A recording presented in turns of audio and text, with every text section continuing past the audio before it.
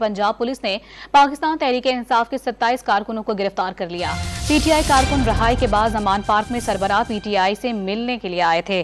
तो ये अहम तरीन खबर है जिससे अपने नाजरीन को हम आगाह कर रहे हैं। पंजाब पुलिस की जानिब से पाकिस्तान तहरीक-ए-इंसाफ के 27 कारकुनान की गिरफ्तारी अमल में लाई गई है। क्या तफसीलात हैं, जानेंगे डॉन न्यूज के नुमाइंदे वसीम रियाज से। वसीम रियाज बताएगा। जी बिल्कुल, पुलिस ने पाकिस्तान तहरीक-ए-इंसाफ के 27 कारकुनान को गिरफ्तार किया गया है। कारकुनान की जो लिस्ट है वो भी सामने आ गई। ये वो कारकुनान है जो जेल से रिहाई के बाद दोबारा जमान पार्क इमरान खान को जो है वो मिलने के लिए आए थे।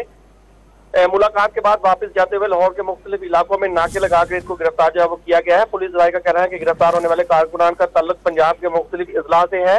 कारकुनान में ज्यादातर जिला कसूर, लाहौर, गुजरांवाला और सरगोदा से ताल्लुक रखने वाले अफराद जो है वो शामिल है। पीटीए के कारकुनान को गिरफ्तार करके नामलो मुकाम पर जो है वो मुंतकिल कर दिया गया है।